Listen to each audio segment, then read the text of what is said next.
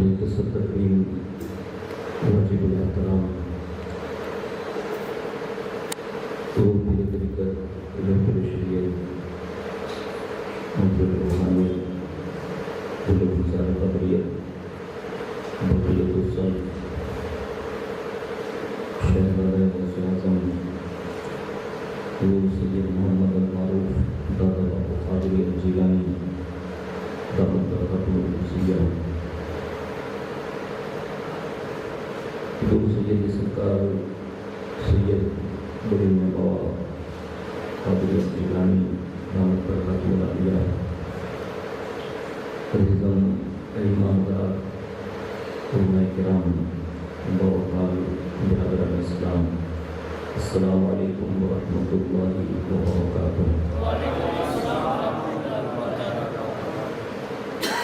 الحمد للہ رب العالمین والعاقبۃ للمتقین والصلاة والسلام علی سید الانبیاء والمرسلین وعلى آلہ واصحابہ وازواجہ وذریاتہ واہل بیتہ وابنہ الغوث الأعظم الجیلانی ومعین الملة والدین وشیخ الاسلام والمسلمین اعلی الحضرت الامام احمد رضا وعلى عباد اللہ الصالحین اجمعین اما بعد فاعوذ باللہ من الشیطان الرجیم بسم اللہ الرحمن الرحیم ولا تحسبن الذین قتلوا فی سبیل اللہ امواتا بل احیاء عند ربهم یرزقون وقال ولا تقولوا لمن يقتل في سبيل الله اموات بل احیاء ولكن لا تشعرون صدق اللہ مولانا العظیم وبلغنا رسوله النبي الأمين المختار الكريم ونحن على ذلك لمن الشاهدين والشاكرين والحمد لله رب العالمین۔ آئیے سب سے پہلے مذہب اہل سنت والجماعت یعنی کہ مسلک اعلیٰ حضرت کے قدیم دستور کے مطابق ہم سب کے آقا مولا حضور صلی اللہ سیدنا محمد رسول اللہ صلی اللہ تعالیٰ علیہ وآلہ وسلم کی بارگاہ پرنور میں جی لگا کر اس درود پاک کی نظریں پیش کر لیں۔ اللہم صلی علی سیدنا مولانا محمد وعلی آلہ والکرم وعلی آلہ واصحابہ وبارک وسلم صلاۃ و سلام علیک یا رسول اللہ صلی اللہ تعالی علیہ وآلہ وسلم۔ حصول برکت کے لیے ایک بار اور جی لگا کر درود پاک پڑھیں۔ اللہم صلی علی سیدنا مولانا محمد وعلی آلہ والکرم وعلى آله وصحبه وبارك وسلم صلاة والسلام عليك يا رسول الله صلى الله تعالى عليه وآله وسلم۔ اللہ رب العزت کی توفیق سے اور اس کے پیارے محبوب صلی اللہ تعالیٰ علیہ وآلہ وسلم کے تصدق سے بالخصوص پیران پیر روشن ضمیر سیدنا شیخ عبد القادر جیلانی المعروف غوث الاعظم دستگیر رضی اللہ تعالیٰ عنہ کی نگاہ عنایت سے ہم اور آپ جشن امام حسین رضی اللہ تعالیٰ عنہ میں شرکت کی سعادتیں حاصل کر رہے ہیں۔ اللہ رب العزت ہماری آپ کی سب کی حاضری کو قبول فرمائیں اور اس حاضری کو ہم سب کے لیے بروز محشر رسول اللہ کی شفاعت کا ذریعہ بنائیں۔ ماہ محرم الحرام شریف کا اب یہ آخری اشرا جس میں ہم اور آپ داخل ہو چکے ہیں اور دیکھتے ہی دیکھتے ماہ محرم الحرام شریف ہم سے رخصت ہو جائے گا۔ پہلی شب سے لے کر وقتاً فوقتاً اپنے امام حسین رضی اللہ تعالیٰ عنہ کی شہادتوں کا تذکرہ سنا ہوگا اور ان کے حوالے سے بہت ساری باتیں اپنے 10 دنوں میں سن لی ہوگی۔ بائی چانس اگر کوئی مجھ سے ریپیٹ ہو جائیں تو بطور برکت اسے سن لیں اور زندگی میں اگر کوئی گوشہ ان کی زندگی سے نصیب ہو جائیں اور اس پر عمل کرنے کا جذبہ پیدا ہو جائیں تو اپنی زندگی میں عمل کریں۔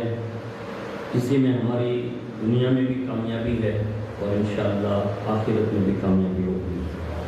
میں اپنی گفتگو کا آغاز حضرت سیدنا امام عرش مقام امام حسین رضی اللہ تعالیٰ عنہ کی بارگاہ میں کسی نے خراج پیش کرتے ہوئے عرض کیا ہے کہ در حسین کو جنت مقام کہتے ہیں، در حسین کو جنت مقام کہتے ہیں، فراز عرش کا بیت امام کہتے ہیں، فراز عرش کا بیت امام کہتے ہیں۔ اور فرشتے پوچھیں گے جب قبر میں تو کہہ دوں گا، فرشتے پوچھیں گے قبر میں تو کہہ دوں گا، مجھے اہل جہاں کا غلام کہتے ہیں، مجھے امام جہاں کا غلام کہتے ہیں۔ اور کہتے ہیں کہ حسین تم سے شہادت میں 4 چاند لگے، حسین تم سے شہادت میں 4 چاند لگے، جہان صدق میں سب خاص و عام کہتے ہیں، جہان صدق میں سب خاص و عام کہتے ہیں۔ اور حسین اپنے غلاموں کی لاج رکھ لینا، حسین اپنے غلاموں کی لاج رکھ لینا، معین اپنا سمجھ کر غلام کہتے ہیں، معین اپنا سمجھ کر غلام کہتے ہیں۔ اور کہتے ہیں وہ رہنمائی کی تم نے راہ شہادت میں، وہ رہنمائی کی تم نے راہ شہادت میں، کہ سب امام بھی اپنا امام کہتے ہیں، سب امام بھی اپنا امام کہتے ہیں۔ اور تمہیں شہید رضا ہو کے وہ مقام ملا، تمہیں وہ شہید رضا ہو کے وہ مقام ملا، جسے ملائکہ بھی اعلیٰ مقام کہتے ہیں، جسے ملائکہ بھی اعلیٰ مقام کہتے ہیں۔ اور حسین آپ کے نقش قدم کا کر کے طواف، حسین آپ کے نقش قدم کا کر کے طواف، دلوں کی خاک کے ذرے بھی سلام کہتے ہیں۔ اور کہتے ہیں کہ خدا کا شکر ہے خادم مجھے سب اہل جہاں، خدا کا شکر ہے خادم مجھے سب اہل جہاں، حسین ابن علی کا غلام کہتے ہیں، حسین ابن علی کا غلام کہتے ہیں۔ ایک بار محبت سے جی لگا کر درود شریف پیش کر لیں، اللہم صلی علی سیدنا مولانا محمد معدن الجود والکرم وعلی آلہ واصحابہ وبارک وسلم، صلاۃ و سلام علیک یا رسول اللہ صلی اللہ تعالی علیہ وآلہ وسلم۔ کہ آخر یہ شہیدوں کو اس شان سے جو پڑھا جاتا ہے، پڑھایا جاتا ہے، سنا جاتا ہے، سنایا جاتا ہے، اور رہتی دنیا تک آج بھی ان شہیدان مقدسہ کا ذکر کیا جاتا ہے کہ آخر اس کی وجہ کیا ہے۔ لوگ اپنے خاندانوں کو بھول جاتے ہیں، باپ داداؤں کو بھول جاتے ہیں، پیڑیوں کو بھول جاتے ہیں، اپنے نام چند سالوں کے بعد لوگ نام بھول جاتے ہیں۔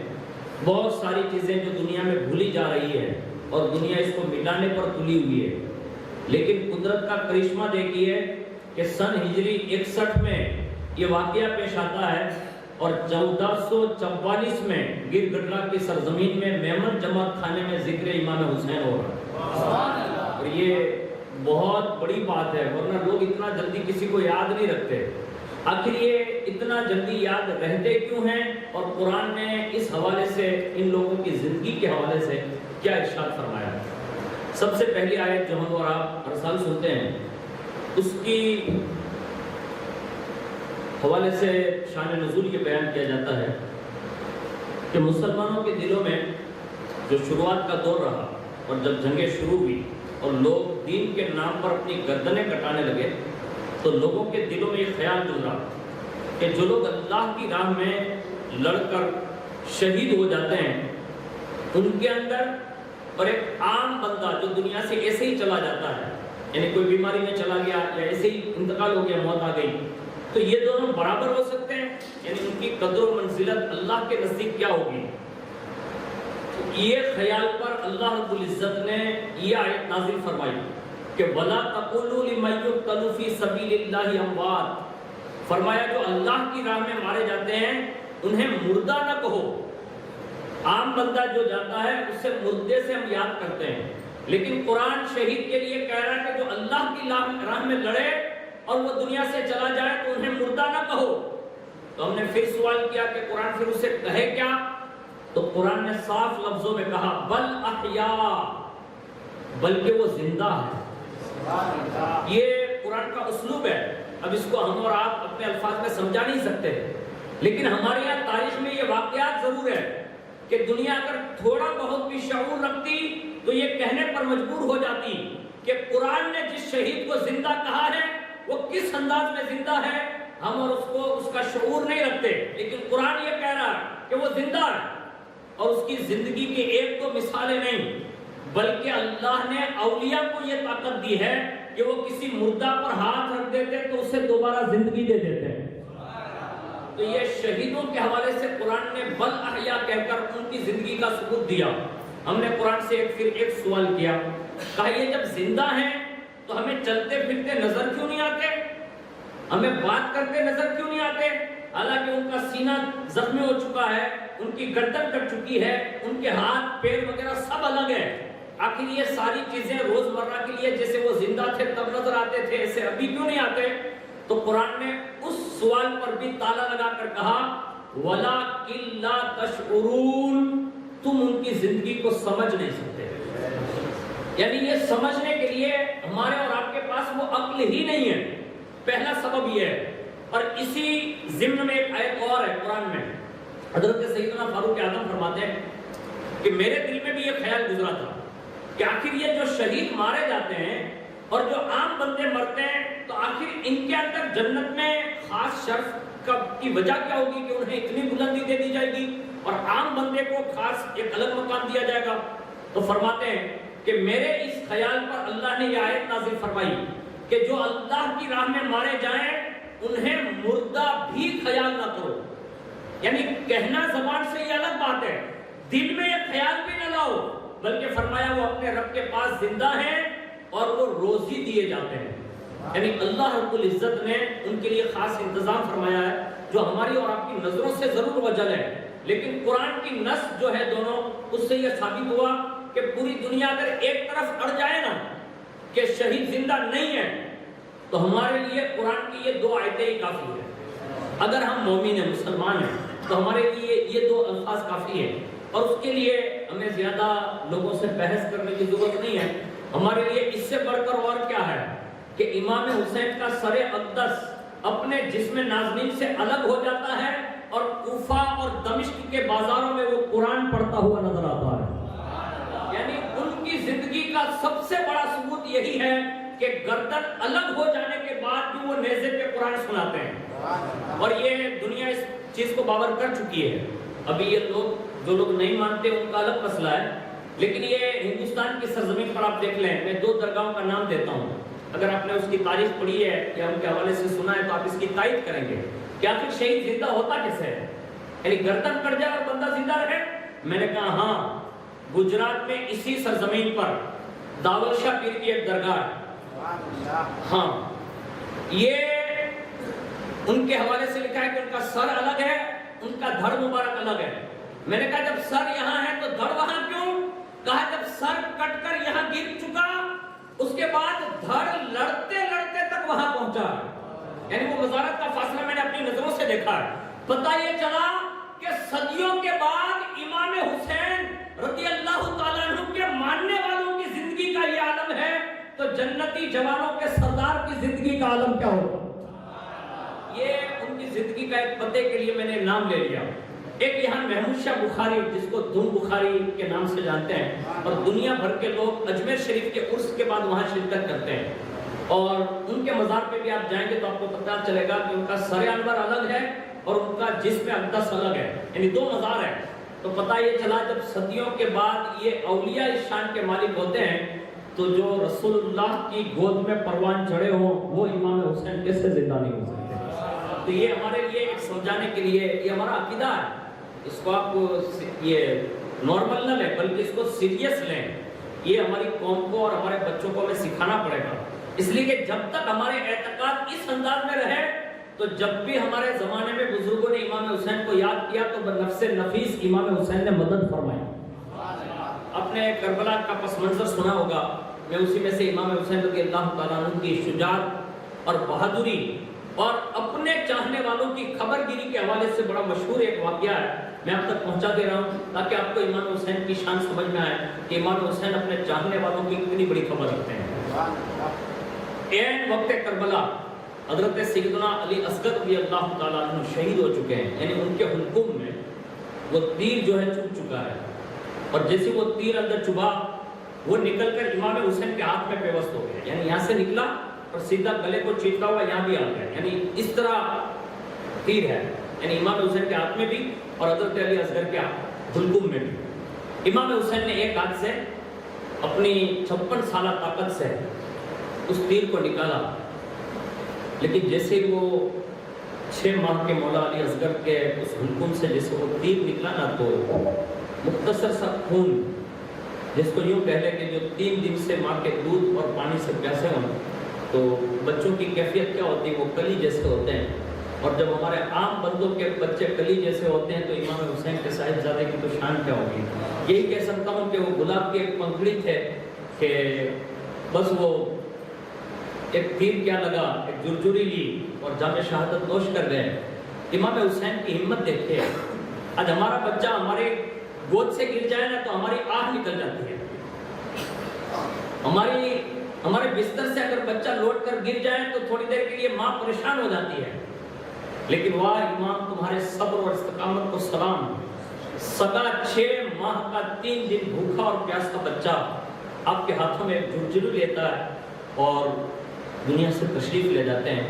امام حسین نے وہ تیر کھینچا نا تو مختصر سا خون نکلا، امام حسین نے اس کو ایسے چلو میں لیا، اور جیسے وہ چلو میں ہاتھ لینا تھا کہ حضرت امام حسین رضی اللہ تعالیٰ عنہ فرماتے ہیں کہ میں نے اس خون کو جو ہے ایسے اوپر اچھالنا چاہا،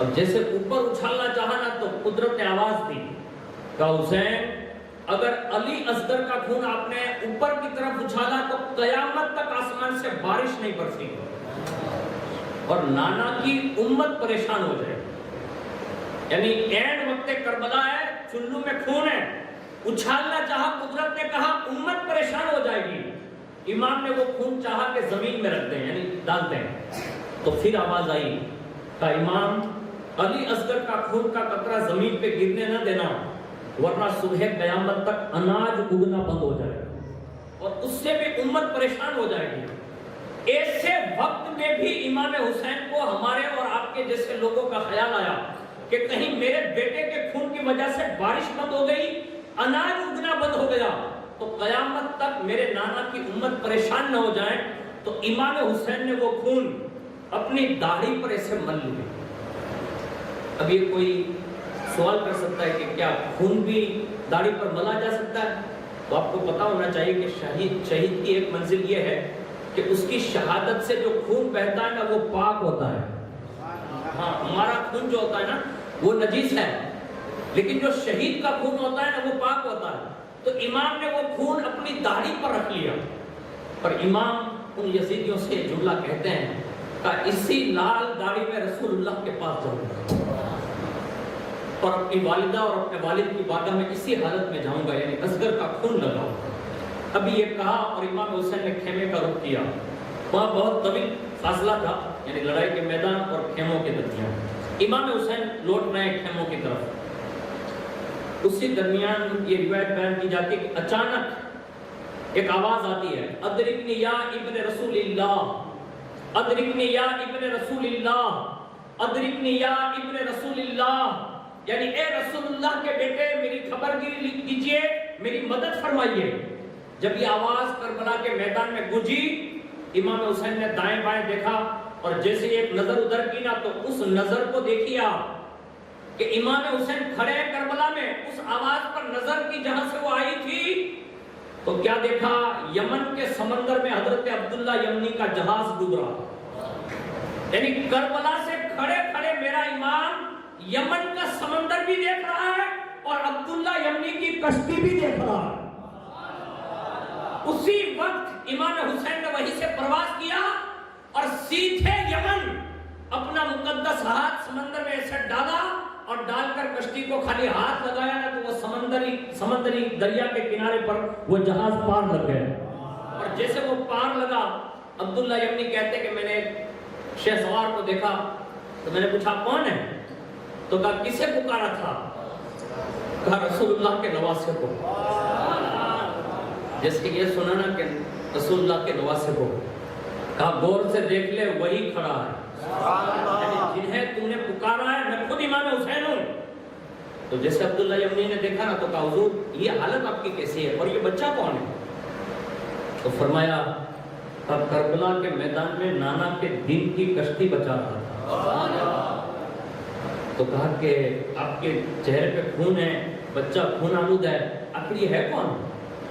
کہا یہ میرا 6 ماہ کا علی اصغر ہے. نانا کی کشتی ڈوب رہی تھی, دین کو خون کی ضرورت تھی, 6 ماہ کے علی اصغر کا خون بھی دے کر آیا. اور فرمایا ابھی تو یہ جنگ شروع ہے. تو کہا حضور آپ یہاں کیسے؟ کہا جب تو نے آواز دی نا تو میں جا رہا تھا خیمے میں رکھنے کے لیے علی اصغر کو. تو میرے دل میں خیال گزرا علی اصغر کو خیمے میں بعد میں بھی پہنچایا جا سکتا ہے, اگر تھوڑی سی دیر ہو گئی نا تو کہیں عبداللہ کی کشتی ڈوب نہ جائے.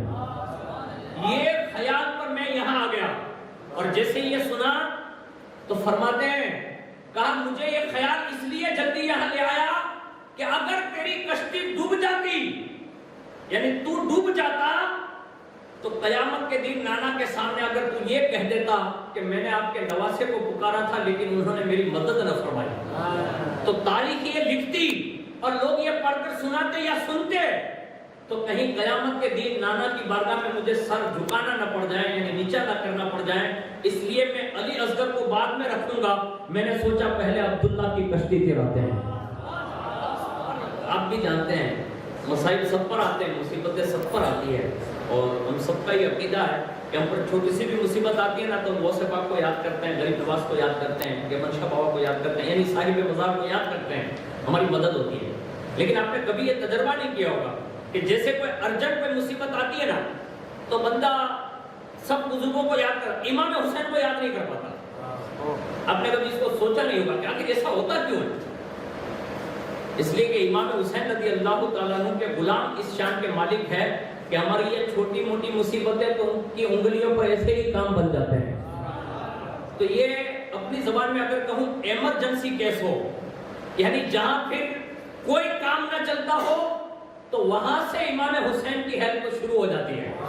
یعنی جہاں سارے دروازے بند ہو اور بندہ اس حالت میں ہو کہ اب کوئی صورت ہی نظر نہ آئے تو اس وقت امام حسین رضی اللہ تعالیٰ عنہ فوری طور پر اس کی مدد فرماتے ہیں.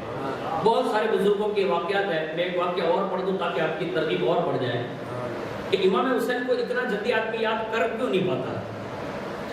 حضرت شاہ مینا رحمۃ اللہ تعالیٰ علیہ جن کا مزار شریف ہے, وہ بہت بڑے بزرگ گزرے ہیں. ان کے پیر و مرشد ان کو یہ اکثر کہا کرتے تھے کہ بیٹا جب کوئی بڑی سے بڑی مصیبت آ جائے نا تو کبھی کربلا والوں کو یاد کر لینا. ایسا نصیحت کرتے تھے, اکثر یہ نہیں کہتے تھے کربلا والوں کو یاد کر لینا, کربلا والوں کو یاد کر لینا.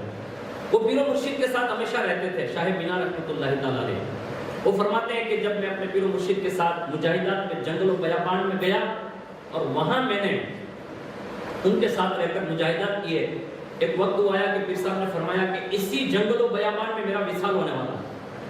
مرید تنے تنہا ہے, پیر صاحب تنے تنہا ہے. خیال آیا کہ جب جنگل میں پیر صاحب کا انتقال ہو جائے گا تو شہر تک جاؤں گا کیسے, یہ تو کوسوں میل دور ہے.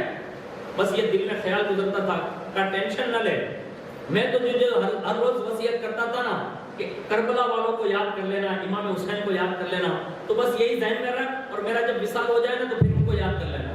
یہ کہے اور ایک عرصے کے وقت میں وہ انتقال کر گئے. اب وہ تنے تنہا مرید شاہ مینا ہے. فرماتے ہیں کہ میرے دل میں یہ خیال آیا کہ پیر صاحب کو شہر تک پہنچانا تو مشکل ہے, لوگوں کو وہاں جا کر یہاں تک بلا کر لے آؤں تو پیر صاحب کی لاش کو کہیں جنگلی درندے نوچ نہ ڈالے.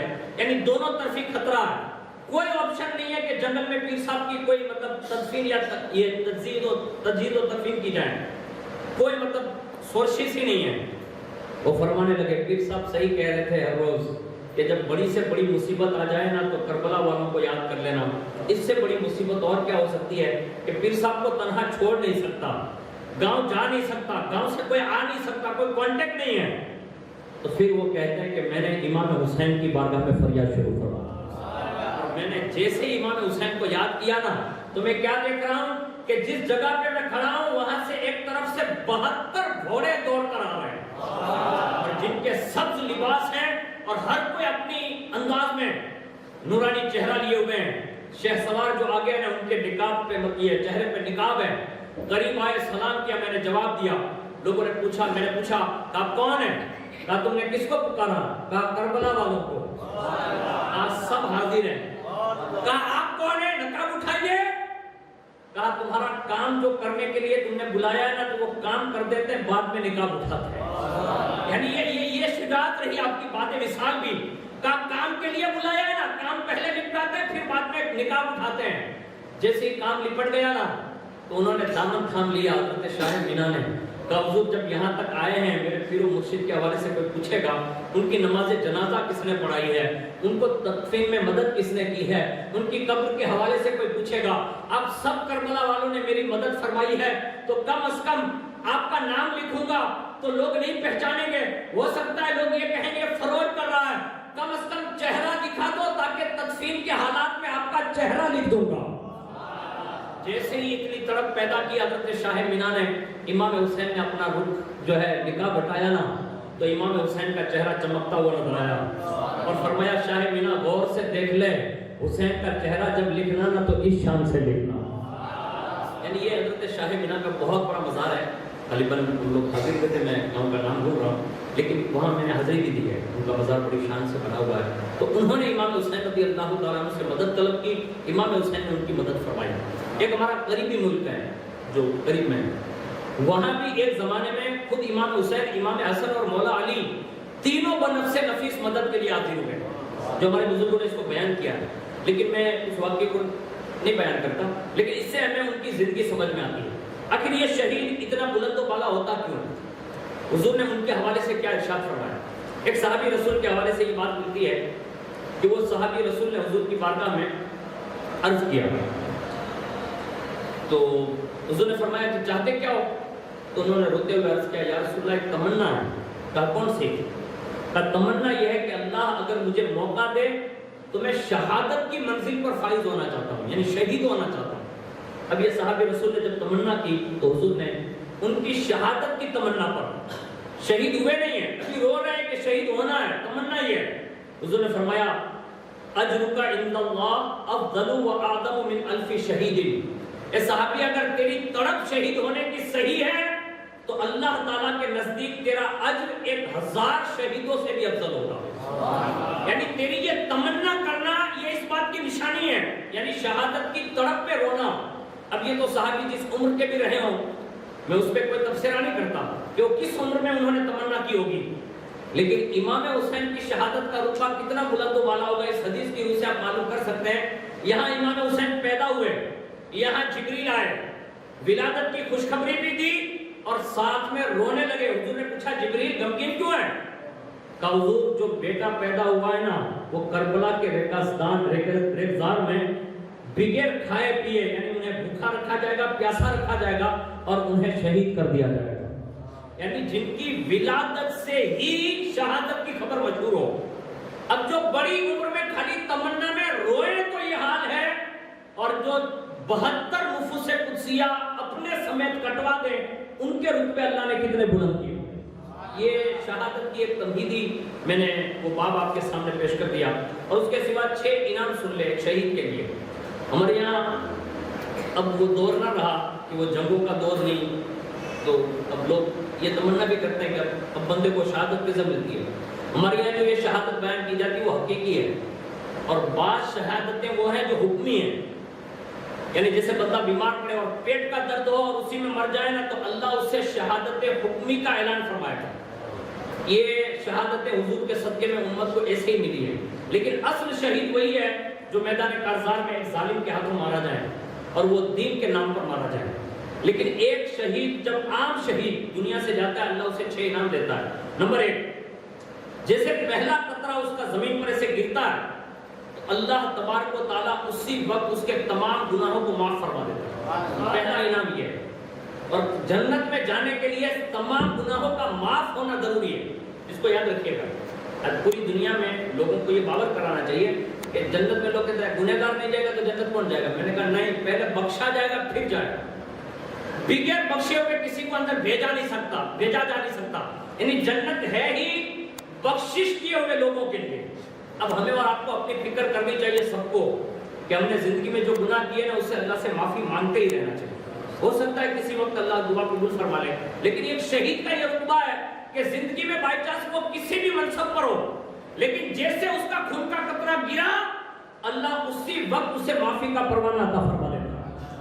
اور فرمایا جیسے وہ آخری سانس ہوتی ہے, یعنی جیسے گردن میں کوئی زخم لگا, سینے میں لگا اور وہ تڑپ رہا, جب آخری وقت ہوتا ہے نا روح نکلنے کا, تو فرمایا اسی وقت اسے زمین سے لے کر عرش معلیٰ تک اسے ڈائریکٹ سارے پردے ہٹا کر اسے جنت کا مقام دکھا دیا جاتا ہے, یعنی جنت دکھائی جاتی ہے. کربلا میں تھے 72 لوگ, یہ 82 لوگ, 82 تقریباً لوگوں کا قافلہ بتایا جاتا ہے کہ 72 شہید ہوئے. ٹوٹل جو تھے وہ 82 افراد تھے, بچے عورتیں سب ملا کر. لیکن یہاں میں ایک امام حسین رضی اللہ تعالیٰ عنہ کی شجاعت اور پڑھ دوں جو اس لفظ کے حوالے سے جو حدیث شریف میں ہے کہ اللہ جنت کا مقام دکھاتا ہے, لیکن کب دکھاتا ہے؟ جب اس کا آخری سانس ہوتا ہے, یعنی رخصت ہونے میں ایک سانس باقی ہوتا ہے, اس وقت وہ جنت دیکھتا ہے. لیکن کربلا کی سرزمین وہ ہے, 10ویں رات میں امام حسین نے سب کو اپنے خیمے میں بلایا اور بلا کر فرمایا بھائیو تم سب کو اجازت ہے, تم سب نکل جاؤ, میں تم سے کوئی مواخذہ نہیں کروں گا, نہ اپنے نانا دادا بابا کسی سے کچھ نہیں کہوں گا, سب نکلو اور ایک ایک میرے اہل بیت میں سے کسی کا ہاتھ پکڑو اور یہاں سے رخصت ہو جاؤ. اس لیے کہ 10ویں کا جو دن ہوگا نا وہ شہادت کا دن ہے, اور وہ لوگ مجھے تنہا دیکھیں گے تو مجھے شہید کر دیں گے, تو تم سے کوئی مواخذہ نہیں ہوگا, میں تم سب کو جانے کی اجازت دیتا ہوں. آخرکار امام حسین کی اس اعلان پر کوئی کھڑا نہیں ہوا. امام حسین نے وہ چراغ بجھا دیا.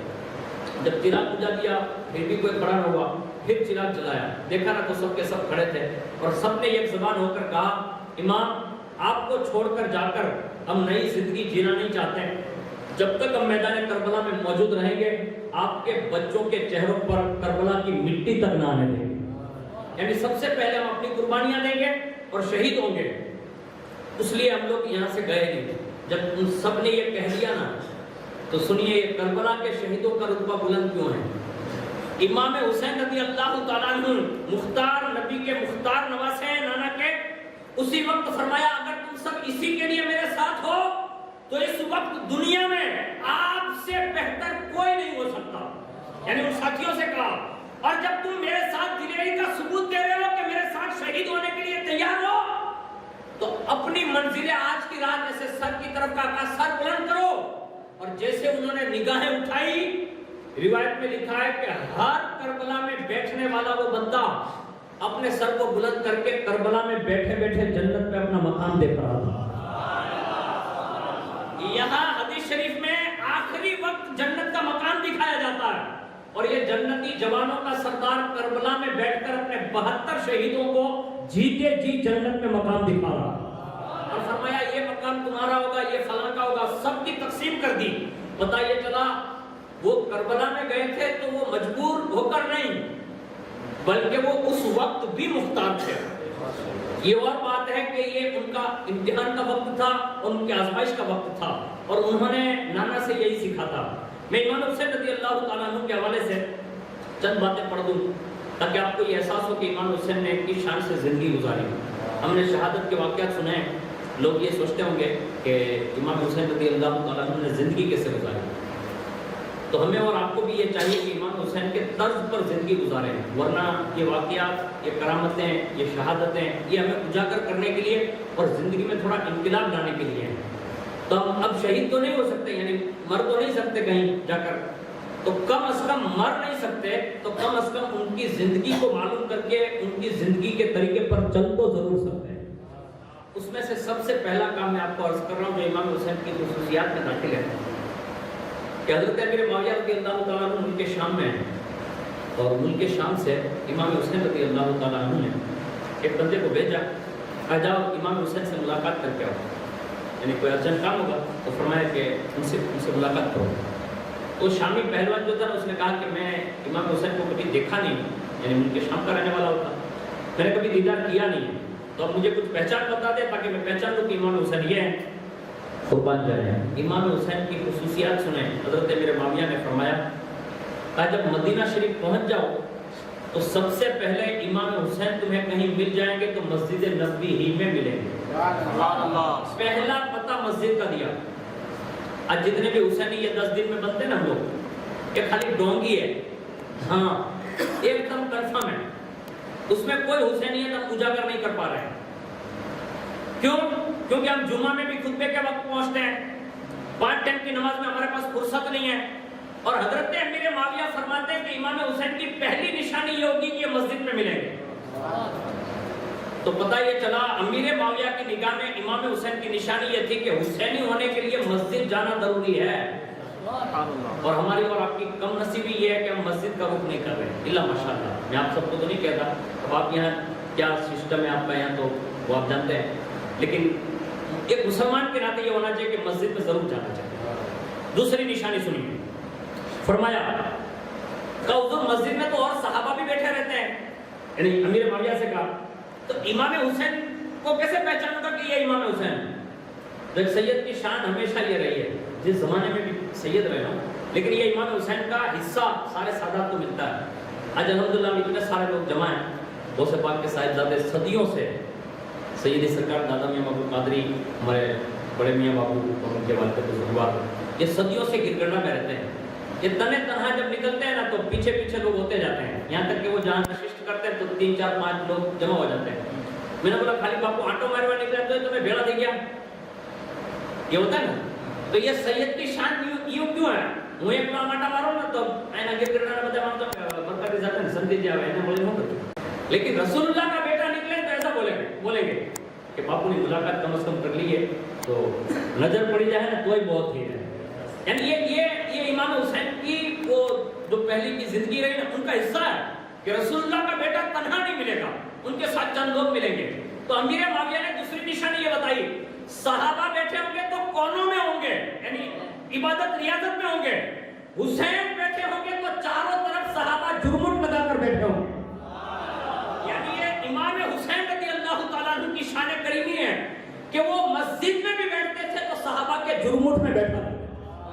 اور امیر معاویہ رضی اللہ تعالیٰ عنہ کا اعتقاد یہ بتا رہا ہے کہ صحابہ خالی امام حسین کو امام حسین نہیں سمجھتے تھے، بلکہ رسول اللہ نے فرمایا ہے کہ حسین مجھ سے ہے اور میں حسین سے ہوں، تو جیسی عزت تعظیم اور توقیر صحابہ رسول اللہ کی کرتے تھے ایسے ہی تعظیم صحابہ امام حسین کی بھی کرتے تھے۔ یعنی رسول اللہ صلی اللہ علیہ وسلم کی بارگاہ میں جیسے جھرمٹ لگا کر بیٹھتے تھے ایسے صحابہ امام حسین کے ساتھ میں بھی بیٹھتے تھے۔ ایک صحابی رسول کا واقعہ بڑا مشہور ہے، امام حسین کسی کی نماز جنازہ پڑھانے کے لیے آئے اور جیسے نماز جنازہ پڑھا کر چپل کی طرف بڑھے نا تو ایک صحابی رسول آگے بڑھے اور کمبل اوڑے ہوئے تھے، انہوں نے جلدی سے جا کر امام حسین کے جوتے صاف کیے، چپل۔ اب اس دور میں تو اتنا جلدی تو آدمی کرتا نہیں ہے نا، کیونکہ اب تو دور بہت دور ہم لوگ نکل چکے ہیں، انگریزی کلچر میں پڑھ چکے ہیں، تھوڑا بہت پیسہ جمع ہو جائے تو آدمی اپنے آپ کو مطلب یہ تصور کرتا ہے کہ باپو نے جوتا صاف کروانے ضرور نہ تھی، یعنی وہ تو جب غریب تھے نا تب باپو کے جوتے ہم صاف کرتے تھے، اب تو امیر ہو گئے۔ یاد رکھیے امیر ہم نہیں ہیں، امام حسین کے بیٹے ہی ہر حال میں امیر ہیں، اس کو اپنے دماغ میں بٹھا لیجیے۔ آپ حقیقت بتا رہا ہوں، آپ ماشاءاللہ بڑے عاشق لوگ ہیں اور یہاں سادات کے ساتھ اچھا ویوہار کرتے ہیں، یہ آپ کی خوش نصیبی کا حصہ ہے۔ لیکن عرض یہ کر رہا ہوں کہ وہ صحابہ رسول نے جا کر جوتے صاف کیے اور کس سے کیے معلوم ہے؟ کمبل سے نہیں، اپنے یہ امامہ جو ہے نا اس کے شملے سے، یعنی یہ کپڑے سے امام حسین کے جوتے صاف کیے۔ اب کہاں سر پر لگانے والا امامہ اور وہ بھی صحابی کا امامہ، جوتے صاف کر رہے ہیں۔ دوڑ کر امام حسین گئے، فرمایا چچا کون ہے یہ، کیا کر رہے ہیں؟ اور لوگ بھی دیکھنے کے لیے دوڑے کہ یہ کون ہے بوڑھا کہ جس نے امام حسین کے جوتے صاف کیے۔ جب کمبل ہٹایا نا تو لوگوں نے دیکھا اور رسول اللہ کے پیارے صحابی حضرت ابو ہریرہ تھے، یعنی جنہوں نے سب سے زیادہ حضور کی حدیثیں بیان کی، وہ صحابی رسول اللہ کے بیٹے کے جوتے صاف کر رہے ہیں۔ اور لوگوں نے پوچھا ابو ہریرہ یہ بھی کوئی عقیدت ہے، یعنی رسول اللہ کے بیٹوں کے جوتے صاف کیے جائیں؟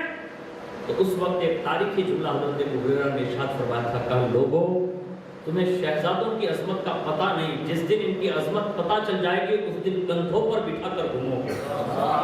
یعنی یہ اس شان کے لائق ہے کہ انہیں کندھوں پر بٹھایا جائے، تمہیں ان کی عظمتیں پتہ نہیں ہیں۔ یہ صحابہ نے شہزادوں کے ساتھ یہ حسن سلوک کیا۔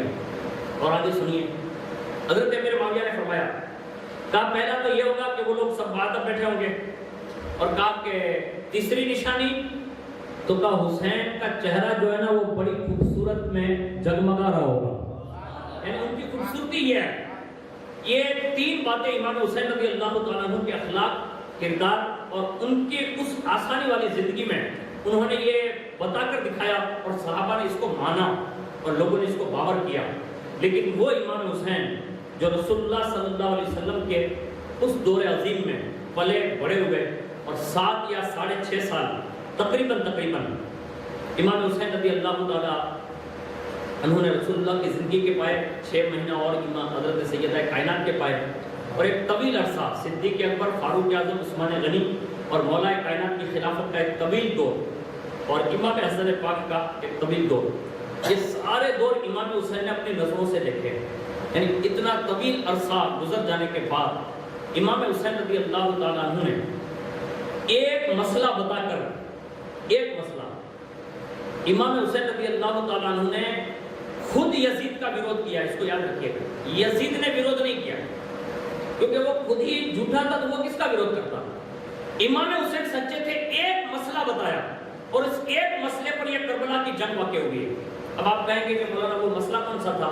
وہ مسئلہ صرف یہی تھا جو ہمارے اور آپ کے ذہنوں سے نکل چکا ہے۔ امام حسین نے بتایا تھا، جب پہلی بار گورنر مدینہ نے بلایا نا اندر، کہا یزید کا خط آیا، کہا پڑھو، اس نے پڑھ کر سنایا، اور جیسے سنایا نا تو امام حسین نے فرمایا، کہا کیا اس فاسق کے ہاتھ میں ہاتھ دوں گا؟ سب سے پہلا جملہ کہا کہ وہ داڑھی منڈا پیر نہیں ہو سکتا۔ گرگٹلا والوں، آج ہمیں اور آپ کو بھی یہ سیکھنے کی ضرورت ہے، داڑھی منڈے پیر بولو نا بھائی، نہیں ہو سکتے۔ آج ہمارے یہاں اطراف و اکناف میں ایسے سینکڑوں لوگ گھوم رہے ہیں۔ ہمیں ایسے لوگوں کے ہاتھ میں مرید نہیں ہونا چاہیے، ہمیں تو مرید ایسے ہونا چاہیے کہ جس کو دیکھو نا تو خدا یاد آ جائے۔ ہاں، یہ شہزادے آپ دیکھیں نا، یہ غوث پاک کے لال لوگ بیٹھے ہوئے ہیں، ایسے لوگوں کو تلاش کیجیے نا۔ ایسے لوگوں کے پیچھے کیوں جا رہے ہو جن کا خود کا ٹھکانہ نہیں ہے؟ وہ تمہیں جنت کیا لے جائیں گے؟ ہمیں تو جنت ایسے لوگوں کے پیچھے جانا چاہیے جو امام حسین کے قول پر عمل کرتے ہو، ورنہ خالی 10 دن کے لیے جو ہے دم پچھاڑ کرتے ہیں نا، ایسے لوگوں کی ہمارے یہاں کوئی حیثیت نہیں ہے۔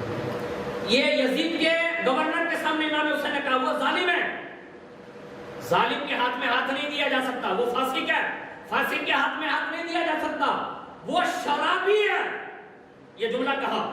یعنی امام حسین مسئلہ بتا رہے خط سن کر، کہا وہ شرابی ہے، زانی ہے، کتوں کو لڑاتا ہے، جانوروں کو لڑاتا ہے، اور ماں بہن بیٹی کے ساتھ بھی وہ نکاح کو جائز قرار دے رہا ہے۔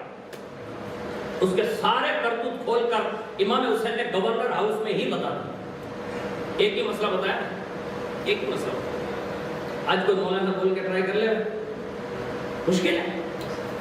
کوئی پیر صاحب کسی پیر صاحب کے بارے میں بول کے ٹرائی کر لے، کوئی پرمکھ صاحب بول کے ٹرائی کر لے، آدمی دوسرے دن امام صاحب کو چھٹی دے دیتے، کہا امام صاحب نو والے ہو سکتا ہے بھائی، امام سچا بولے گا تو چھٹی ملے گی۔ لیکن میں آپ کو یہ عرض کرنا چاہتا ہوں کہ یہ بولی امام صاحب کی نہیں ہے، یہ امام حسین کی ہے، جو یزیدیوں کے خلاف اور یزید کے خلاف تھی۔ ہمیں اور آپ کو یہ چاہیے، امام حسین کے اس مسئلے پر یہ واقعہ کربلا پیش آیا، اور کتنا بڑا مارکا ہوا کہ 72 جانوں کو امام حسین نے پیش کر دیا اس ایک حق مسئلے پر۔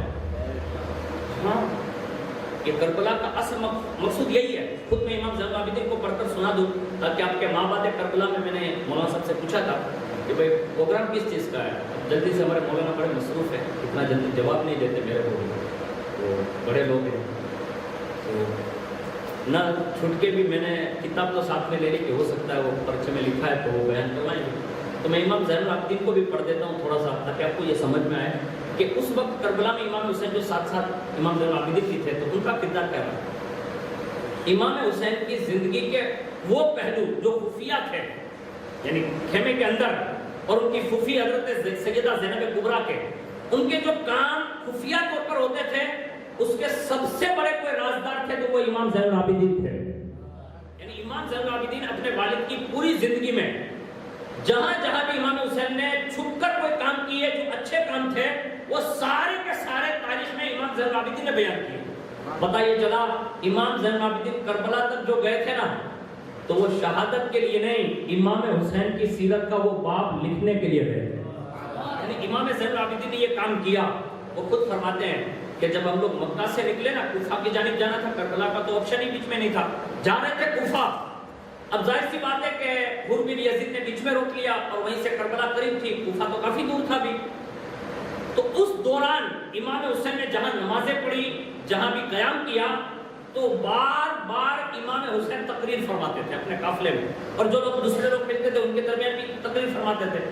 تو امام زین العابدین فرماتے ہیں کہ میرے ابا جب تقریر کرتے تھے نا تو حضرت یحییٰ اور حضرت زکریا کی شہادت بیان کرتے تھے، اور وہ فرماتے ہیں کہ مجھے بعد میں پتا چلا کہ میرے والد کی یہ شہادت کا سبب وہی مسئلہ بنا جو گورنر ہاؤس میں بتایا تھا، لیکن جب زکریا اور حضرت یحییٰ کی شہادت سنی تو میرے والد نے یہ بیان کیا تھا کہ ان دونوں پیغمبروں کی بھی جو شہادت کی وجہ بنی وہ بھی ایک بادشاہ کو صحیح مسئلہ بتانے کی وجہ سے بنی۔ یعنی اگر کوئی درست مسئلہ بتائے تو پیغمبر ہونا تو ان کو بھی شہید کر دیا جاتا ہے، اور جنتی جوانوں کا سرداروں نے اگر حق بتا دے تو ان کو شہید کر دیا جاتا ہے۔ تو امام زین العابدین فرماتے ہیں کہ میں نے اپنی پھوپھی کو یہ دیکھا، ہم لوگ مدینے سے چلے تھے، کعبہ پہنچے یعنی مکہ پہنچے، مکہ سے ہم لوگ کربلا، کربلا سے کوفہ، کوفہ سے دمشق، یہ پورے سفر میں نے اپنی پھوپھی حضرت زینب کبریٰ کو دیکھا کہ وہ مجھے زینب نہیں بلکہ میری دادی فاطمہ وہ نظر آتی تھی۔ یعنی ہر وہ عمل جو ماں خاتون جنت نے کیا تھا وہ میں نے سراسر اپنی ظاہری زندگی میں نے حضرت سیدہ زینب کبریٰ کی زندگی میں دیکھا۔ تو پتہ یہ چلا امام حسین بھی یہ بتانا چاہتے ہیں، سیدہ زینب کبریٰ بھی یہ بتانا چاہتی ہیں کہ انہوں نے اپنے بابا کی زندگی پر عمل کیا، انہوں نے اپنی والدہ کی زندگی پر عمل کیا، اور امام زین العابدین نے ان دونوں شخصیتوں کو دیکھا، یعنی امام حسین کو، زینب کبریٰ کو۔ تو امام زین العابدین نے زندگی پھر ایسے ہی گزاری جیسے امام حسین نے گزاری۔ ہاں، انہیں میں سے ایک واقعہ یہ ہے جو میں آپ کے سامنے پڑھ دیتا ہوں۔ وہ یہ تھا کہ جب کوفہ سے دمشق یہ قافلہ روانہ ہوا، اور ظاہر سی بات ہے کہ اسی درمیان کئی شہر واقع ہوئے، اس میں سے ایک شہر جو ہے حران نام کا واقع ہوا۔ وہاں کا جو حاکم تھا نا، اس نے ان لوگوں سے پوچھا کہ آپ لوگ کون ہیں؟ اب ان بدبختوں کو تو معلوم ہی نہیں کہ امام حسین کون ہے، کیونکہ اگر معلوم ہوتا تو یہ نہیں کرتے نا۔ تو انہوں نے یہ کہا کہ یہ کچھ باقی لوگ ہیں جن کے سر ہم لوگ لیے پھرتے ہیں۔ اور جب حران نے یہ سنا نا وہاں کے حاکم نے، تو اس نے فرمایا کہ مطلب ان کا تعارف کرا دیں۔ تو ان بدبختوں نے تعارف کراتے ہوئے کہا کہ یہ سبط رسول ہیں، یعنی رسول اللہ کے نواسے ہیں۔ جیسے یہ کہا کہ یہ رسول اللہ کے نواسے ہیں تو یحییٰ کہنے لگا کہ تم کتنے ذلیل لوگ ہو کہ جس نبی کا کلمہ پڑھتے ہو اسی نبی کے نواسے کے ساتھ تم نے انہیں قتل کر کر ان کے سروں کو لے کر گھوم رہے ہو۔ یہ کون کہہ رہا ہے؟ وہ حران کا بندہ۔ اور اس کے بعد ان لوگوں نے اہل بیت اطہار کی جو مستورات تھی وہ گھمایا پھرایا، جو کچھ بھی ان کو کرنا تھا وہ سب گھما پھرا کے لے آئے۔ لیکن یحییٰ حرانی نے جب امام حسین کے سر انور کو نیزے پہ دیکھا نا تو اس کی نگاہیں جم گئی، وہ قریب گیا اور قریب جا کر امام حسین رضی اللہ تعالیٰ عنہ سے مخاطب ہوتا ہے اور کہتا ہے حضور میں نے آپ کی زندگی کا اعتراف کر لیا ہے کہ آپ سر کٹانے کے بعد بھی زندہ ہیں۔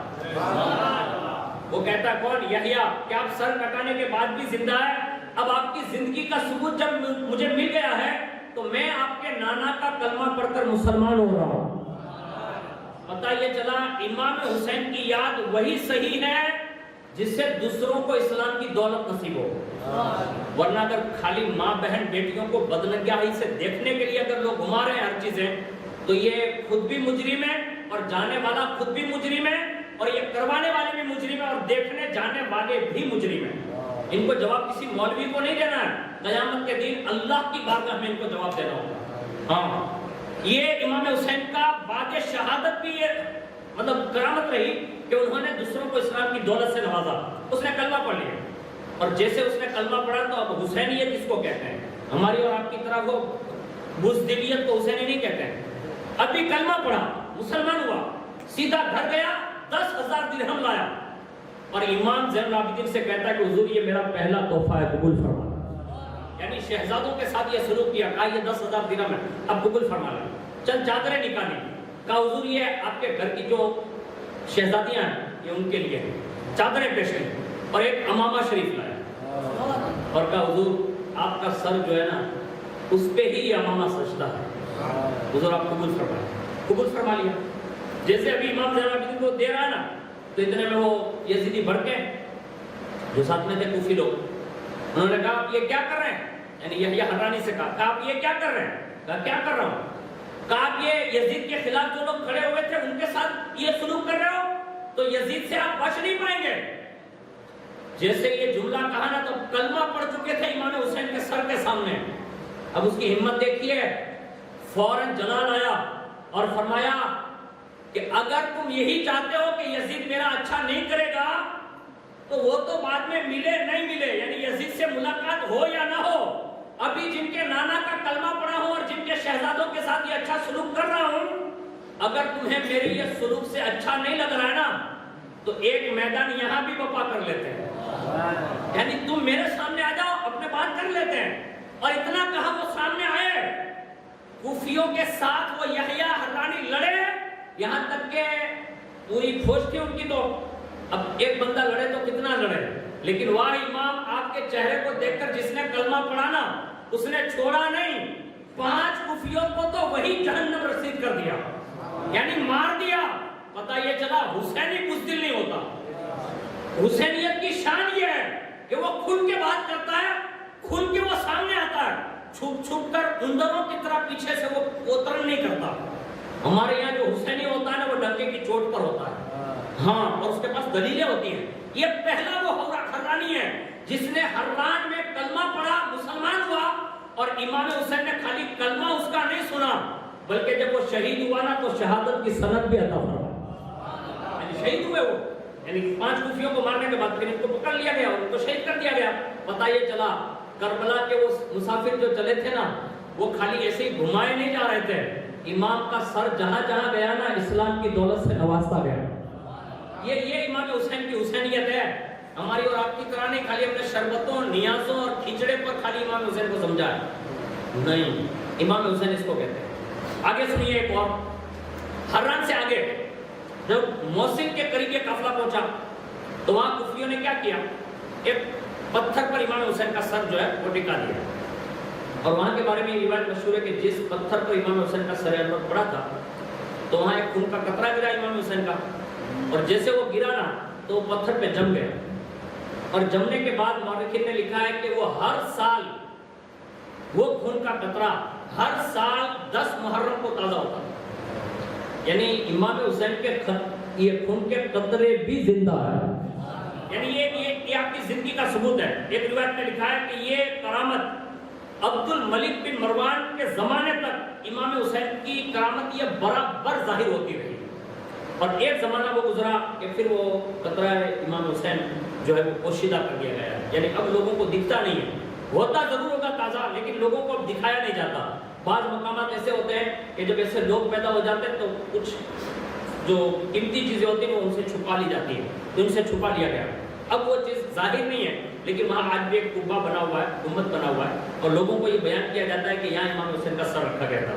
اس کے بعد موصل کے اندر شمر نے یہ چاہا کہ یہاں قیام کریں گے نہیں رکیں گے، جب یہ رکنے کے لیے موصل کے اندر پہنچے تو وہاں کا ایک حاکم تھا جس کا نام یہ لکھا ہے عماد الدولہ۔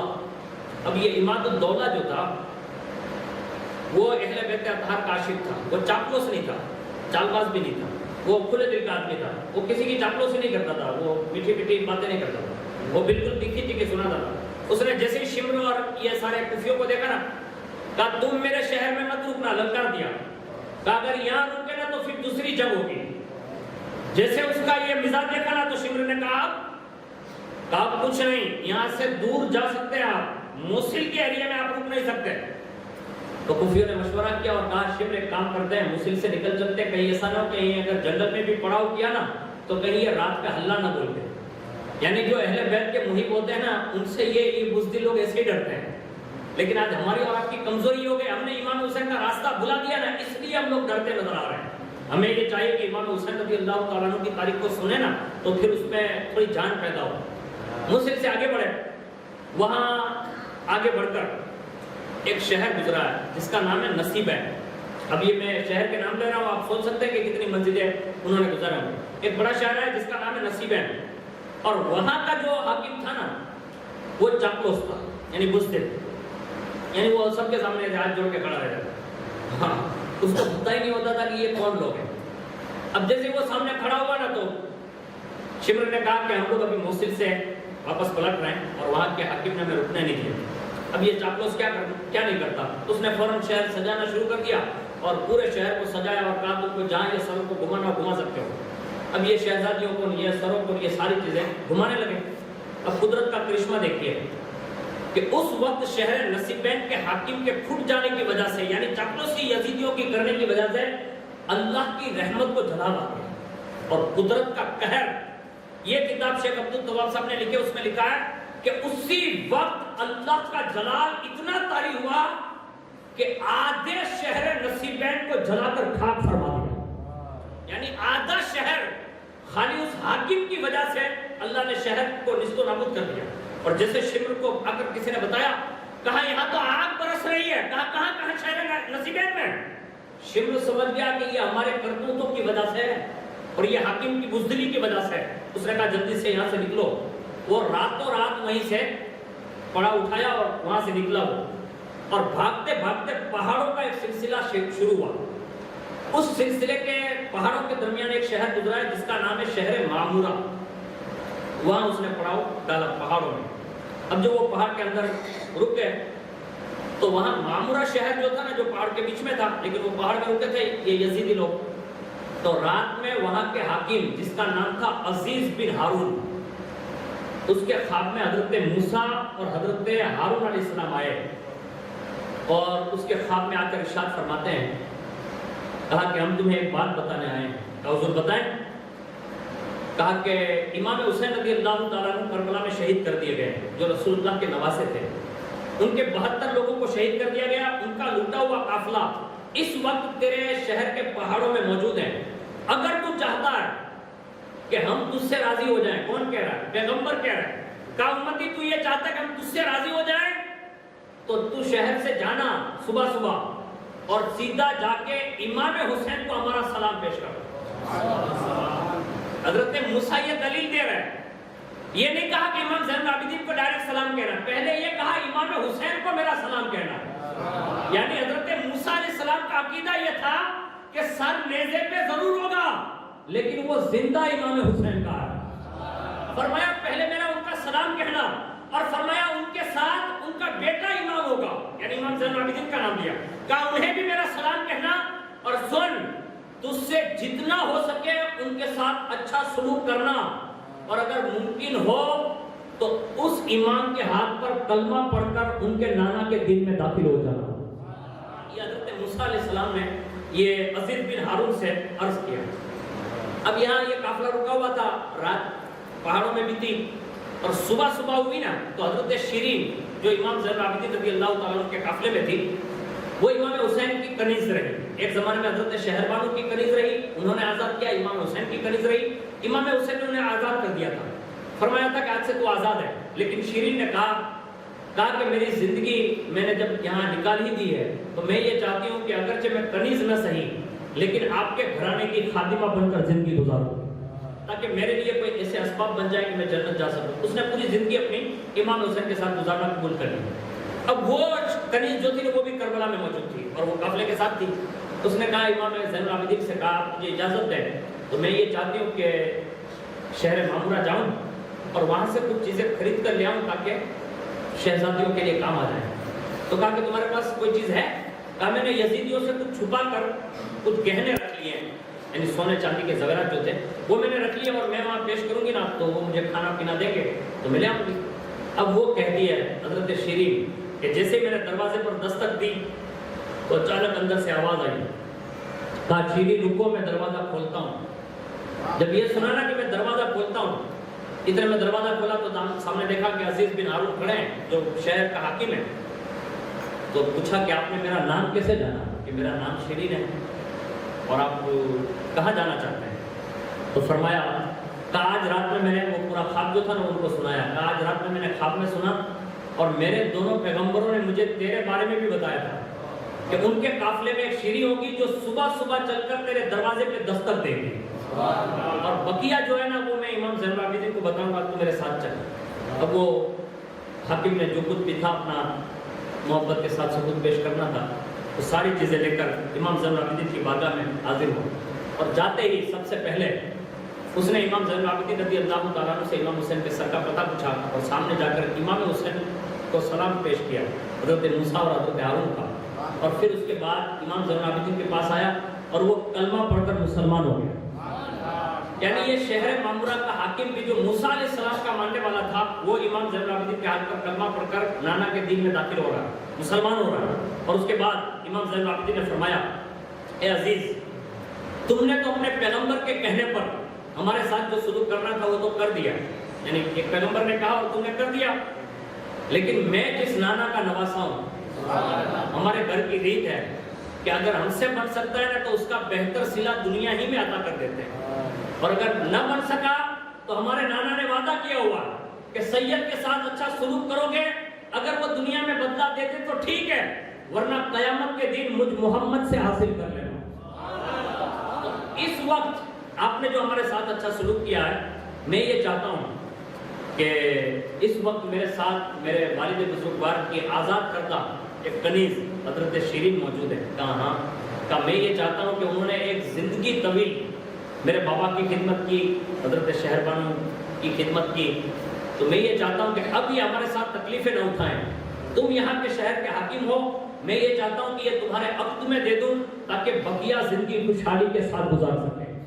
یہ کہہ کر حضرت امام زین العابدین نے حضرت شیری کا عقد جو ہے وہ وہیں شہر معمورہ کے حاکم کے ساتھ آپ نے منعقد فرما دیا، اور اس کے بعد اب یہ قافلہ وہاں سے شہر معمورہ سے پہاڑوں میں سے نکلا، اور نکلتے ہوئے کیونکہ پہلے جو آپ نے واقعات سنے نہیں ہیں تو میں نے بیچ میں سے یہ کوفہ سے دمشق کا سفر شروع کیا، لیکن اگر آپ اس کو سننا چاہیں تو برکات ہاشمی چینل میں ہم لوگ 2 پارٹ اس کو بیان کر چکے ہیں، اب یہ تیسرا ہے جو آپ کے یہاں بن رہا ہے۔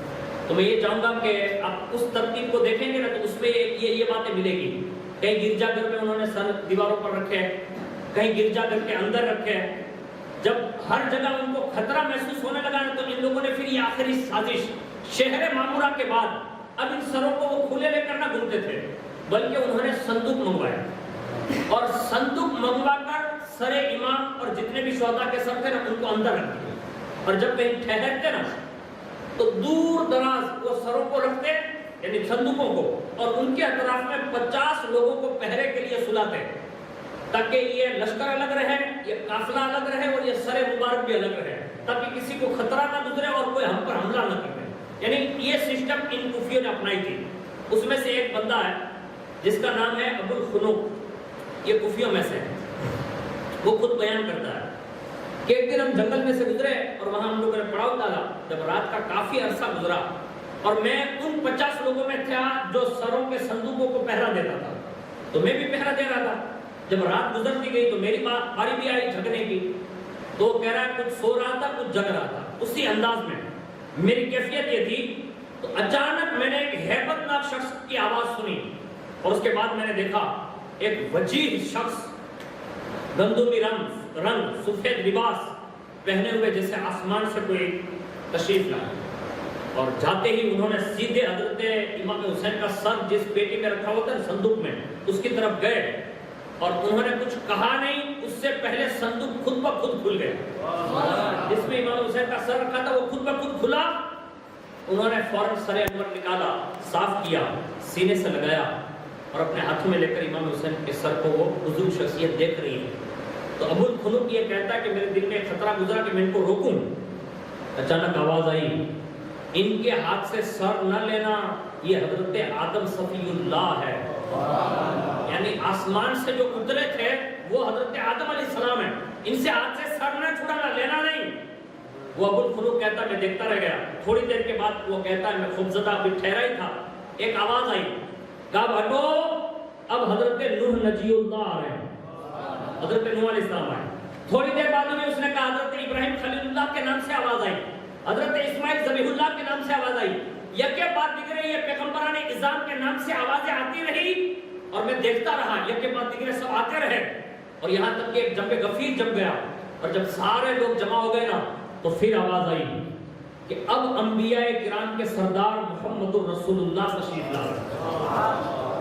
اب یہاں میں رک کر یہ نہیں کہہ سکتا آپ کو کیسا لگ رہا ہے کہ بات شہادت بھی امام حسین کے سر انور کے ساتھ ساتھ رسول اللہ نگہبانی کر رہے ہیں، حضور تشریف لا رہے ہیں۔ اب آپ یہ سوچیں کہ بھائی یہ تو کوفہ اور دمشق سے نکلنے کے بعد نہیں، امام حسین کے لشکر کے لیے حضور ایک لمحے کے لیے بھی غافل نہیں ہے۔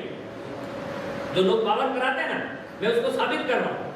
کوفہ میں حضرت مسلم کی جو شہادت آپ نے سنی ہوگی، جب تیسرے مارے سے امام مسلم جب زمین پر آئے نا تو ابن زیاد نے کہا کہ ان کا سر جو ہے نا وہ قلم کر دو، کوئی بندہ جائے۔ تو ایک شامی بندہ بڑا آگے، اور جیسے اس نے سر انور کو مطلب قلم کرنے کے لیے وہ باہر نکلا نا، وہ بھاگتا ہوا اندر آیا اور وہ سہما ہوا تھا۔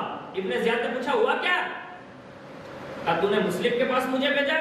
کہاں؟ کہا وہاں خالی مسلم نہیں پڑے۔ کہا تو؟ کہا میں نے دیکھا ان کے جسم اقدس کے پاس بنفس نفیس رسول اللہ جلوہ فکر ہے۔ پتہ یہ چلا رسول اللہ پہلے شہید کے ساتھ ساتھ چل رہے ہیں، یعنی وہ ہر وہ قربانی جو امام حسین نے دی اس کو ملاحظہ فرمایا، اور بعد شہادت میں حضور نگہبانی فرما رہے ہیں، ہر جگہ آ رہے ہیں۔ تو ان میں بہت سارے واقعات ہیں جس میں حضور دکھائے گئے، اس میں سے ایک واقعہ یہ ہے حضور جلوہ فکر ہو گئے اور تمام انبیاء کرام یک کے بعد دیگرے سائڈ میں ہو گئے، اور حضور جلوہ فکر ہو کر تشریف فرمایا اور امام حسین کا سر انور حضور کے سامنے رکھا ہوا۔ اب ایک فرشتہ آیا حضور کی بارگاہ اور اس کے ہاتھ میں ایک تلوار ہے۔ کون کہتا ہے؟ یہ ابو الفنوک کہتا ہے۔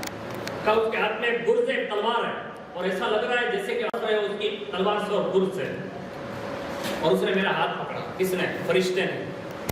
اور اب بھی وہ مجھے کچھ مارتا اس سے پہلے میں نے کہا یا رسول اللہ فریاد ہے، فریاد ہے، میں خود یہاں نہیں آیا۔ کون کہتا؟ ابو الفنوک۔ میں کربلا خود سے نہیں آیا، مجھے لایا گیا تھا، یعنی زبردستی مجھے پکڑ کر لایا گیا تھا۔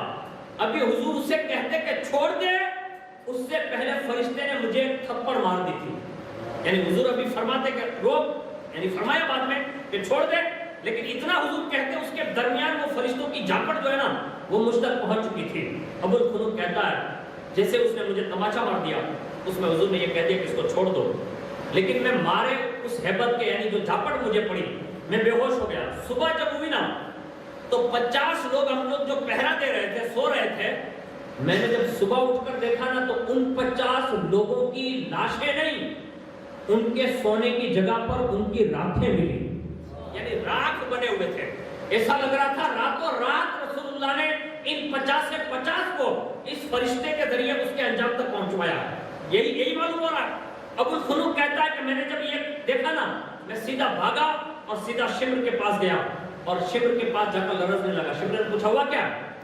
میں نے کہا وہ ان 50 تو جل گئے اور میں باقی رہ گیا، اور میں یہ چہرے پر دیکھ ایک فرشتے نے تھپڑ ماری ہے۔ وہ ابو الفنوک کہتا ابھی میں یہ کہہ ہی رہا تھا نا کہ اچانک مجھ پر وہ منظر واپس رونما ہوا، یعنی وہ پس منظر کی ہیبت کی وجہ سے میری چیخ نکل گئی کہ اس نے جھاپٹ کیسے ماری تھی۔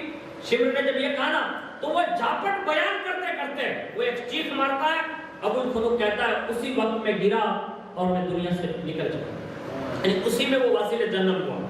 اب یہ جب شمر نے سن لیا کہ اب تو رسول اللہ بدلا لے رہے ہیں فرشتے کے ذریعے، اور یہ ہوا، لیکن جہاں جہاں بھی موقع اور مناسبت کی جگہ ہے وہاں حضور نے خود حاضری دی، ورنہ حضور نے فرشتوں کو بھیجا، جناتوں کو بھیجا، اور یہ سینکڑوں واقعات جو 136 صفحہ پر مشتمل ہے، اس میں سے ایک واقعہ اور عرض کر دوں کہ امام حسین رضی اللہ تعالیٰ عنہ کا یہ قافلہ جیسے ہی دمشق پہنچ چکا۔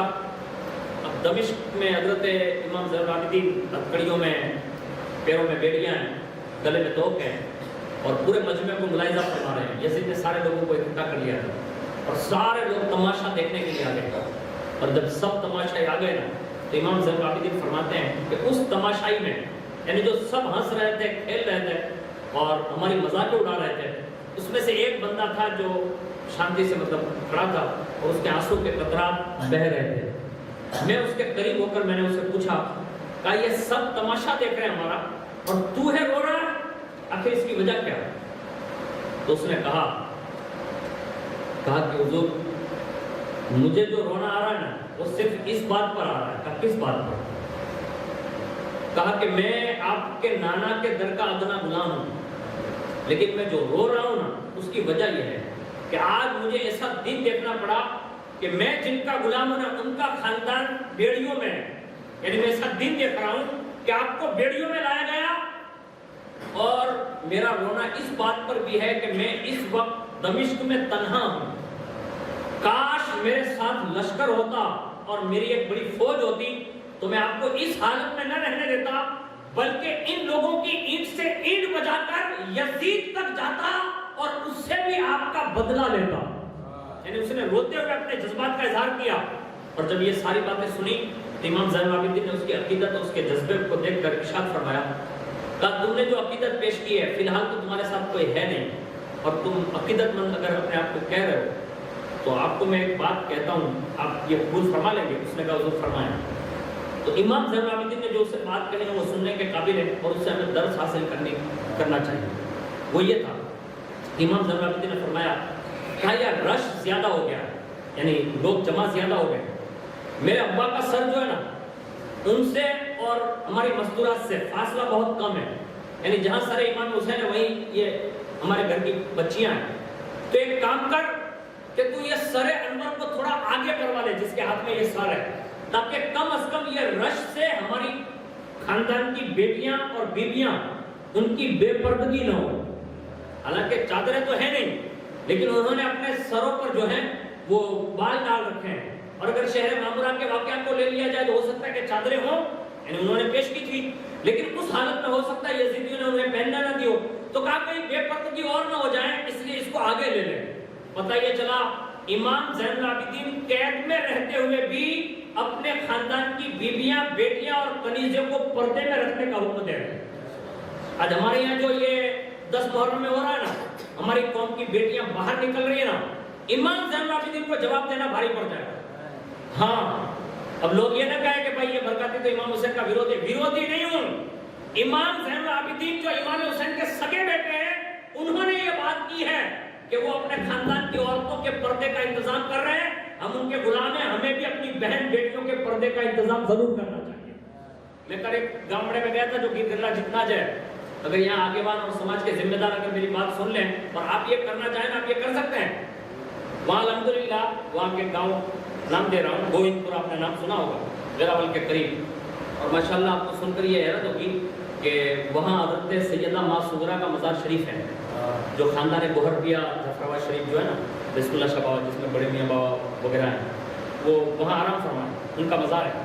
وہاں کی پوری جماعت نے، ان کے سماج کے جو عالم دین تھے، یعنی ان کے سماج میں وہیں رہتے وہ، لیکن ہے مولانا عالم دین ہے، ان کو پرمکھ بنایا، اور اس کے پرمکھ بنتے ہی اس بندے نے، چھوٹی عمر میری کتنے ہیں، بنتے ہی اس نے فوراً جماعت کے تمام آگے والوں کو جمع کیا، سب کی پہلے صلح کروا دی، نمبر 1۔ دوسرے نمبر میں جو خرافات ہو رہے تھے اس خرافات پر تمام پرمکھوں کو تیار کیا اور کہا اس کے خلاف ایکشن لینا چاہیے۔ لوگوں نے کہا کیا کریں گے؟ کہا سب سے پہلے ہمارے یہاں جو عورتیں اور مرد ایک جگہ سب جگہ جمع ہو رہے ہیں نا، ہم سب سے پہلے اس کے خلاف ایکشن لیں گے۔ اور انہوں نے عرس سے لے کر شادیاں، جتنی بھی چیزیں ان کے یہاں خرافات تھی، ان سب میں عورتوں کے لیے الگ اور مردوں کے لیے الگ الگ، اور جتنے بھی فضول خرچیاں ہوتی تھیں ان ساریوں پر پابندی لگا دی۔ میں نے ان سے ملاقات کی اور انہوں نے ساری داستان سنائی مجھے، تو مجھے بڑی دلی خوشی ہوئی کہ اللہ کرے کہ ہماری قوم کے لوگ علم حاصل کریں، ساتھ ساتھ میں ایسا رکس لیتے سیکھیں نا، اور سماج کے تمام پرمکھوں کو اکٹھا کر کے لوگوں کو صحیح راہ دکھانے پر آمادہ ہو جائے نا، تو آج بھی ہمارا پیسہ بچ سکتا ہے، ہمارے گھر کے مدرسے بھی ہو سکتے ہیں، ہماری گھر کی اسکولیں بھی ہو سکتی ہیں۔ لیکن یہ کرے نا تو ہوگا، ورنہ خالی ڈھیکے مارنے سے ہمارا اور آپ کا کچھ بننے والا نہیں ہے۔ ہاں، اس کو یاد رکھیے گا۔ امام زین العابدین نے یہ درس دیا، کہا اس کو آگے کر دینا۔ اب وہ جو عاشق رسول تھے وہ آگے گئے، اور جیسے ان کو کہا کہ اس کو تھوڑا آپ آگے لے لیں، تو اس نے ہڑتل بھی کی۔ کس نے؟ وہ جو سر جس کے سامنے ہاتھ میں تھا، کھلی بن یزید، کہا یہ سب نہیں ہوگا۔ تو اس نے کہا کھلی مان جا، یہ جو سر ہے نا اس کو تھوڑا آگے لے لے، میں تجھے تھوڑے سے درہم دیتا ہوں، یعنی پیسے دیے۔ اب یہ لالچو کتے تو تھے ہی، پیسے دیے اور پیسے دلوا کر اس نے آگے کروا دیا۔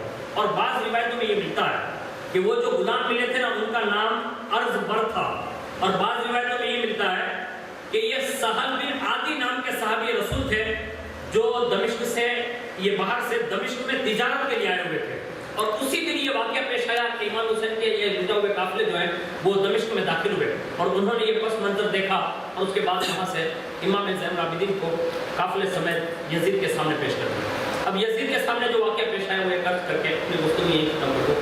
امام زین العابدین کھڑے اور یہ 11 مستورات رسول اللہ کی صاحبزادیاں اور رسول اللہ کے خاندان کی بہویں اور رسول اللہ کے خاندان کی کنیزیں ایک صف میں کھڑی ہیں، اور امام زین العابدین اس طرف کھڑے ہیں۔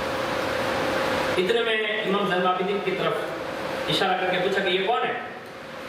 تو کہا کہ یہ امام حسین کے بیٹے ہیں۔ اور جیسے یہ کہا کہ امام حسین کے بیٹے ہیں تو یزید بخلا گیا، اور اس نے فوراً کہا کہ میں نہیں چاہتا کہ حسین کی ایک بھی نسل بچے ہیں، اس کو قتل کر دو، اس کو مار دو۔ یہ فوری طور پر اس نے آرڈر دیا، اور جیسے یہ آرڈر دینا تھا نا تو اسی صف میں یعنی جہاں امام حسین کھڑے ہیں کٹہرے میں، وہیں صف میں رسول اللہ کی بیٹیاں کھڑی ہیں، اس میں سے حضرت ام کلثوم جو امام حسین کی سگی بہن ہے، فوراً جذبات میں آگے ارشاد فرمایا، او ابن مرجانہ، او بدبخت یزید، اب سن، کربلا سے لے کر یہاں تک تو ام کلثوم نے ابھی صبر ہی کیا ہے، ایک جملہ میں نے کہا نہیں ہے ابھی تک، لیکن اگر تو نے امام زین العابدین کی طرف اشارہ بھی کیا اور آنکھ اٹھا کر اگر ان کی طرف تو نے تھوڑی سی بھی جسارت کی تو فرمایا اگر ام کلثوم نے آواز لگا دی اور میں نے رسول اللہ کو آواز دے دی تو فرمایا تیرا سارا یہ تخت و تاج جو ہے نا وہ ایک لمحے میں پلٹ سکتا ہے، یعنی آواز دی۔ اور جب یزید کو مطلب یہ بات سمجھ میں آئی تو اس نے پھر کہا جلت کو، کہا لے لو ان کو اور ان کو قتل کر دو۔ اب یہ کہہ رہا تھا نا، اتنے میں حضرت ام کلثوم نے یہاں سے آواز دی یعنی دمشق سے، اور رسول اللہ کو پکارا، اور جیسے حضور کے یہ پکار کے جو استغاثہ کے الفاظ ہیں اس کو سنتے سنتے ابھی جلات امام زین العابدین کو پکڑے، اس سے پہلے یہ کلمات کا رعب اتنا ہوا یزید پر، وہیں بیٹھے بیٹھے کہتا رک رک رک رک رک، زین العابدین کو ہاتھ نہیں لگانا، ایسا لگتا تھا جیسے ام کلثوم کی آواز کے بعد اس سے کچھ نظر آ گیا تھا، یعنی وہ ڈر گیا، رک رک رک، امام زین العابدین کا نام نہ لینا، اسے ایسے چھوڑ دو، چھوڑ دیا گیا۔ اتنے میں یزید کا بیٹا آ گیا، اب جیسے امام زین العابدین کو دیکھا تو یزید نے کہا یہ میرا بیٹا ہے، یعنی یزید کا بیٹا ہے، کہا یہ میرا بیٹا ہے۔ امام زین العابدین نے ایک نظر دیکھ لیا تو یزید کے بیٹے نے پوچھا یہ کون ہے؟ تو یزید کھلتا مطلب ہنستا ہوا کہتا ہے کہا یہ حسین ابن علی کا بیٹا علی ہے۔ اچھا، اب یہ دونوں باتیں ہو رہی تھی تو یزید نے کہا ایک کام کرنا زین العابدین، ان سے پشتی کر لے۔ اب کن سے کہا جائے معلوم ہے؟ جن کا دادا شجاعت کا پیکر ہے، جن کا بابا 56 سال میں یزیدیوں کے چھکے چھڑا دینا، ان کے بیٹے زین العابدین سے کہا جا رہا ان سے پشتی کر لے آپ، یعنی یزید کے بیٹے سے۔ واہ، شجاعت تو ایسی ہونی چاہیے، دلیری تو ایسی ہونی چاہیے۔ ایسے ہاتھ اونچے کیا اور فرمایا اگر تیرے بیٹے میں اتنا ہی دم بھرا ہے نا تو علی کی یہ بیڑیاں کھول دے، ایک تلوار اسے دے دے، ایک تلوار مجھے دے دے، پھر تجھے بتاتا ہوں کہ کربلا کے تاجدار کے بیٹے کی شجاعت کیا، یعنی یہ اسی وقت اس کے حکومت کے اندر کہا سامنے لا۔ اب یزید یہ سمجھا یہ اتنے دن کے بھوکے پیاسے چلے آ رہے ہیں اور یہ دمشق کو پہنچتے پہنچتے کئی دن ہو گئے تھے، تو کہا یہ کیا لڑیں گے؟ ایک تلوار منگائی، دوسری بھی منگوائی، ایک بیٹے کو دی، ایک امام زین العابدین کو دی، دونوں کے ہاتھ میں تلوار ہے، ہتھکڑیاں کھول دی گئی اور بالکل آمنے سامنے ہو گئے۔ اب جب آمنے سامنے ہوئے نا تو وہ ڈھول بجا، کیا بجا؟ زور سے بولو نا، میں نہیں کہتا کہ آپ گڑ گڑا میں یہاں بجاتے ہیں، میں تھوڑا کہتا ہوں، میں نہیں کہتا ہوں، ہر کے طرح آپ گڑ گڑا والے نہیں بجاتے ہوں، اس نے سنے میرا، پر میں نے خبر پڑے وہ گامڑا نہ چھو سندینا گام مارو چھو، ہمارے یہاں گامڑا میں بھنگیا ڈھول وغیرہ ہے، ہاں یہ کنفرم ہے، ہمارے یہاں مسلمان کوئی ڈھول نہیں بجاتا۔ اگر آپ یہاں کوئی بجاتا ہو تو اس کو سمجھانا چاہیے کہ یہ اپنا کام نہیں ہے۔ ڈھول جب بجانا تو یزید کا بیٹا بولا، کیا بولا؟ دیکھ میرے باپ کے نام کے ڈنکے بجے، کس نے کہا؟ یزید کے بولو نا بھائی، ہمیں انہیں لگا کوئی گیتا لگو ہے، ڈریے نہیں، میں دادا باپ کے حاضر میں بول رہا ہوں، یہ دو امام آپ کے بیٹھے ہوئے ہیں، یہ ہمارے بابا بیٹھے ہوئے ہیں اور یہاں سب لوگ بیٹھے ہیں، ڈریے نہیں، اب بالکل بولیے نا۔ یزید کا بیٹا کیا بولا؟ میرے باپ کے، تو پتہ یہ چلا جو ڈھولی ہوگا نا وہ امام حسین کا ڈنکا نہیں بجا رہا، یزید کے باپ، یزید کا بجا رہا۔ یعنی یزید کے بیٹے نے یہ کہا نا میرے باپ کا، تو یہ یزید کا بجا رہا ہے، اور کچھ جس کو کچھ سوچ بوجھ نہیں پڑتے امام حسین نام پر ڈھول نے وگاڑی تو کیدی وگاڑ چھو، تارو دیکرو مری جائے دیدی وگاڑ، تارو باپ گزری جائے دیدی وگاڑ، تاری ہمی بیٹی جوان گزری جائے دیدی وگاڑ. اور ہمیں بجانے کا اتنا ہی شوق ہے تو امام زین العابدین نے تو یہ کہا، جب اس نے یہ کہا نا کہ میرے باپ کے ڈھول بج رہے ہیں، جواب سنیے حسینیت کیا ہے. یہ لوگ ہمیں لوٹے لوگ خالی ڈھونگ سکھا رہے ہیں، حسینیت نہیں ہے یہ. امام زین العابدین نے ابھی یہ جملہ سنا، اس نے کہا یہ میرے باپ کا ڈھول بج رہا ہے، اسی وقت دمشق کی مسجد سے اذان کی آواز آئی. سبحان اللہ. کیا کی آواز آئی؟ اذان کی آواز آئی. امام زین العابدین جو امام حسین کے سگے بیٹے ہیں، جلال میں آ کر فرماتے ہیں اے یزید کے بیٹے، یہ تیرے باپ کا ڈھول تو آج بجے گا، کل بجے گا، جب تیرا باپ زندہ ہے تب تک بجے گا. یہ اذان جو ہے نا، یہ تیرے باپ کے نام کے ڈنکے نہیں ہے، یہ میرے نانا اور میرے باپ کے نام کے ڈنکے ہیں جو صبح قیامت تک بجتے رہیں.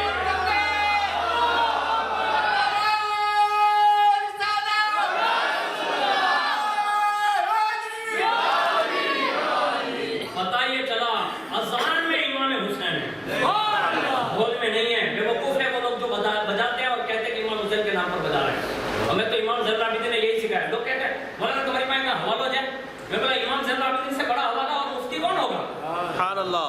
ہاں یہ بے وقوف ہے. اب آئیے نا ہونا میں ہمارے یہاں سب ہو رہا ہے، بے وقوف لوگ ہیں، بڑی بڑی جماعتیں بے وقوف بنی ہوئی ہے وہاں.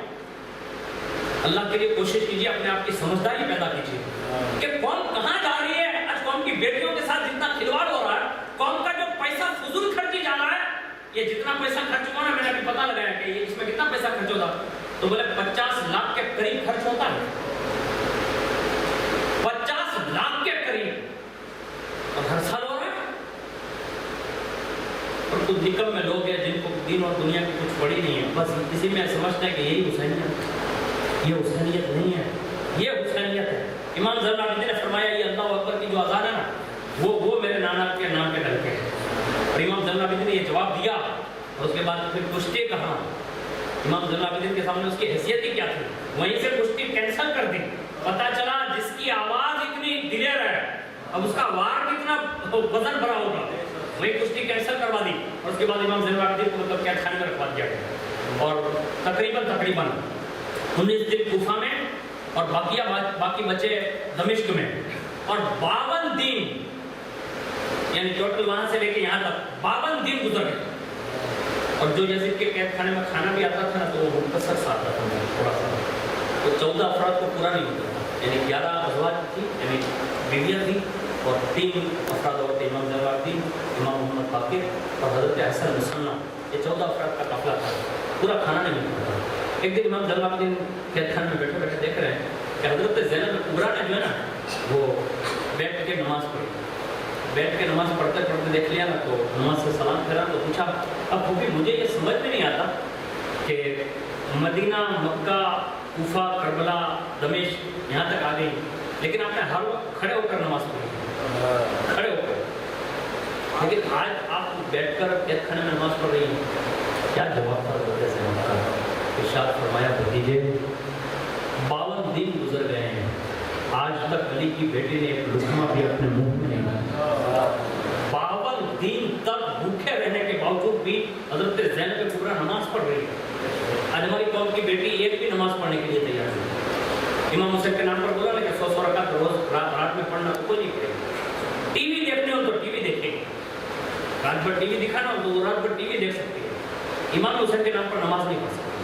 حضرت زینب کبریٰ نے نماز پڑھی. اور ایک روایت یہ ملتی ہے، حضرت امام زین العابدین فرماتے ہیں کہ میں نے مدینہ سے لے کر دمشق کے قید خانوں تک، اور دمشق کے قید خانوں سے ہم لوگ جب باہر نکلے اور مدینہ شریف تک گئے نا، اس میں نے کبھی بھی حضرت زینب کی تہجد کی نماز بھی نہیں چھوٹتے دیکھی. یعنی یہ حضرت ماں خاتون جنت کی پرورش ہے. یہ امام حسین رضی اللہ تعالیٰ عنہ کے ساتھ چلنے والی یہ عظیم سپہ سالار جو وادی کربلا میں امام حسین کا بھی رول ادا کیا، امام حسن کا بھی رول ادا کیا. اور جب یزید کے یا کوفہ کے اندر دونوں کے سامنے جب خطبہ دینے کی بات آئی نا، تو وہ خطبہ بھی حضرت زینب نے دیا. اور حضرت زینب کی آواز کو سن کر عبداللہ بن عفیف کہتے ہیں علی آ گئے.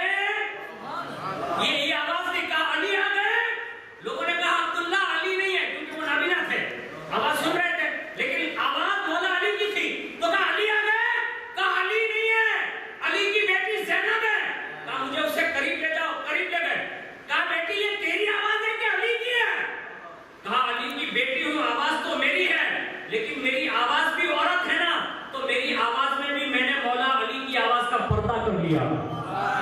یعنی مولا علی کی آواز میں اپنی آواز کو تبدیل کر کے لوگوں تک اپنی آواز تک نہ جانے دی. اس سے دنیا حضرت زینب کبریٰ کہتی ہے. انہوں نے یہ پیغام دیا اور ہم نے اس کو ایک میلے کی شکل اختیار دے دی. کبھی نہیں کرنا. امام حسین کی سچی عقیدت ہو, ان کے نام کے روزے رکھو, ان کے نام کے شربت کھلاؤ, کھچڑے کھلاؤ, نیازیں کھلاؤ, سبیلے بناؤ, ان کے نام کی مجلس سے سجاؤ. لوگ مجھے کہتے ہیں کہ بولا نا خالی مجلس کرو, یہ کہیں ضروری ہے؟ ہمارے یہاں تو لوگ یہ بھی باتیں کرتے ہیں کہ کیا اگلی موٹی مجلس آپ انعام کریں تو آپ کو ضروری ہے. میں تو کربلا میں امام حسین 2 تاریخ تھی پوگی گیا تھا. کتنی تاریخ تھی بولو؟ 2 تاریخ تھی. 2 تاریخ تھی لیکن 10 تاریخ સુધી امام حسین કીધું શું? 2 તારીખ થી લઈ અને ઇમામ હુસૈને 10 તારીખ સુધી ખાલી તકરીર જ કરી. کربلا میں میدان میں تقریر, آپ دیکھیں امام حسین کی تقریریں بھی اس میں 10ویں تک تقریر کی, یہاں تک کہ عین شہادت کے وقت, یعنی جب آپ پہلی آخری کڑی تھے, جب سامنے گئے نا اس وقت بھی تقریر فرمائی. اور لوگ کہتے ہیں کہ 2-3 ورڈ کہیں, میں نے کہا 2-3 ورڈ نہیں, کتابوں میں یہ گلزار شہداء میرے پاس پڑے 1.5 صفحے لکھے ہوئے ہیں. پتہ یہ چلا امام حسین نے وہاں تقریر کی. تو ہم جو تقریر کر رہے ہیں, محفلیں سجا رہے ہیں, وہ یزیدیوں کی سنت نہیں, یہ کربلا کے دھنی امام حسین کی سنت ادا کر رہے ہیں. اور لوگ کہہ رہے ہیں کہ یہ شربت پلانا, پانی پلانا, میں نے کہا یہ بھی امام حسین کی سنت ہے. میں نے کہا کیسے؟ اس نے کہا کیسے؟ میں نے کہا جب یزید, یہ حضور بن یزید نے امام حسین کو روکا تو دیکھا کہ وہ کانپتے کانپتے آئے ہوئے ہیں گھوڑے لے کر. تو امام حسین نے سب کے نظر دیکھا, 1000 لشکری تھے, امام حسین کے پاس پانی اس وقت موجود تھا. فرمایا یہ تھکے ہوئے لوگ لگتے ہیں, آدمیوں کو بھی پانی پلاؤ, ان کے جانوروں کو بھی پانی پلاؤ.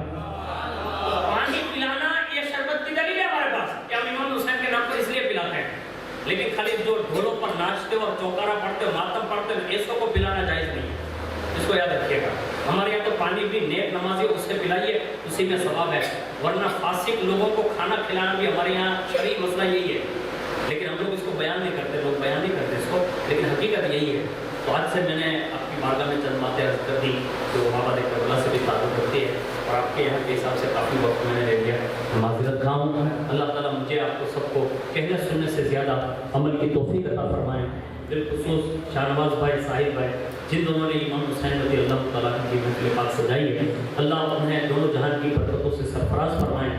ہم سب کا سننا قبول فرمائیں, سنانا قبول فرمائیں, اور دونوں جہان کی عزت و آبرو سے ہم سب کو مالا مال فرمائیں.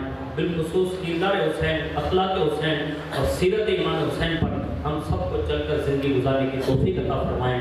آمین برحمتک یا ارحم الراحمین. السلام علیکم.